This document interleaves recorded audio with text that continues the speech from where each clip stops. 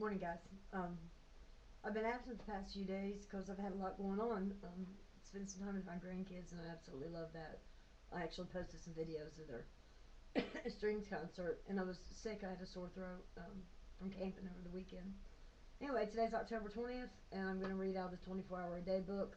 It's a daily reading that kind of gets me spiritually fit when I wake up in the morning, and I go to God and I pray. Um, I'm not going to do a whole lot of that because this is for you girls coming in. So I'm just going to read out the book and keep this short because they will only allow me like 7 to 10 minutes. So today's thought for the day.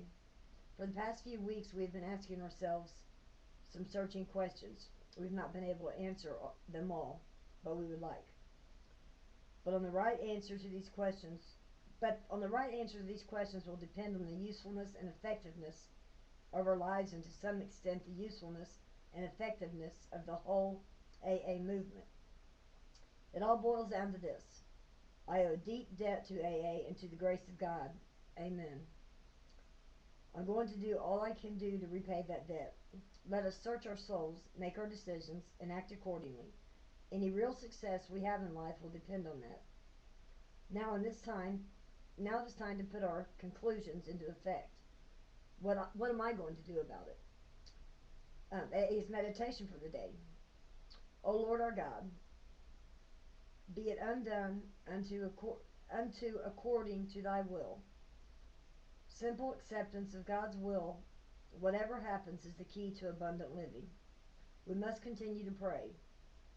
Not my will, but thy will be done. It may not turn out the way you want it to, but it will be the best way in the long run. Because it is God's way. If you decide to accept whatever happens in God's will for yourself, whatever it may be, your burdens will be lighter. Try to see in all things some fulfillment of the divine intent. Prayer for the day. I pray I may see the working of God's willingness in my life. I pray that I may be content with whatever He wills for me. You know, that is so true. I said my favorite part in the big book is on page 417, and it's about acceptance.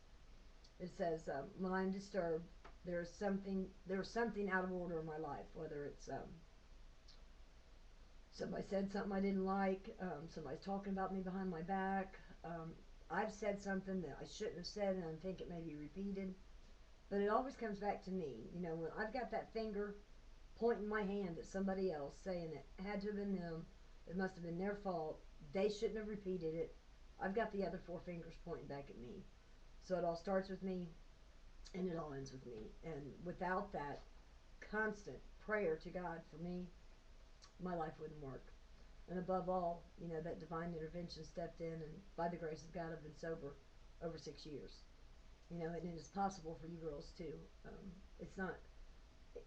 It's the simplest.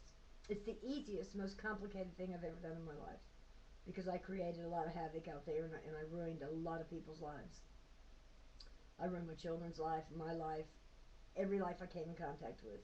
You know, my mother, my ex-husband, everyone, you know, because of my addiction. So I guess what I could say to you girls is hang in there, because it does get better. But you got to want this. You got to go after recovery just like you went after your addiction. And if you put just 1/4 the effort into trying to change your actions, attitudes, and ideas in life, you'd be so much better off. I will keep you all in my prayers, and I will be back tomorrow. Everybody have a great day, and I love you. Nobody's told you that today, and God 100% loves you. Always remember that. Have a good day, girls.